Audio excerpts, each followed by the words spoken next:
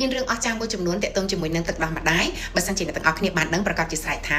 វ៉ាទឹកដោះរបស់យើងពេលថ្ងៃគឺខុសពីពេលយប់ពេលយប់មានពពួកមេឡាតូនីនដែលជាប្រភេទអរម៉ូនធ្វើឲ្យកូនរបស់យើងនឹងគេងលង់លក់ស្កប់ស្កល់ហើយមានពពួកទ្រីបតូហ្វានដែលជាប្រភេទអាមីណូអាស៊ីតរាងកាយរបស់កូននឹងយកបន្តទៅផលិតចេញជាមេឡាតូនីននឹងឯងចំណែកឯពេលថ្ងៃអត់សូវសម្បូរពួកនឹងទេតែមានពួកកកទីសុលដែលជាប្រភេទអរម៉ូនធ្វើឲ្យកូនយើងនឹងភ្ញាក់ហើយមកធ្វើសកម្មភាពផ្សេងៗរឿងមួយទៀតដែលសំខាន់គឺនៅពេលដែលកូនយើងនឹងឈឺពេលដែលកូនយើងជក់ដោះរបស់ម៉ាក់ជីបនឹងអាទឹកមាត់របស់កូនលាយជាមួយទឹកដោះរបស់ម្ដាយនឹងត្រឡប់បញ្ជូនជាព័ត៌មានទៅដល់រាងកាយរបស់ម្ដាយឲ្យផលិតចេញជាកោសិកាដែលគេហៅថា leukocyte ឬក៏កូលីកាសហ្នឹងមានតួនាទីនៅក្នុងការប្រឆាំងសម្លាប់មេរោគនឹងអាចធ្វើឲ្យម្ដាយនឹងបន្ថែមការផលិតនៅ antibody បញ្ជូនទៅឲ្យកូននេះគឺជាចំណុចខុសគ្នាមួយរវាងការដែលយើងឲ្យកូនជញ្ជក់ដោះរបស់យើងផ្ទាល់ហើយនឹងការបូមទឹកដោះដើម្បីយកទៅឲ្យកូនបើ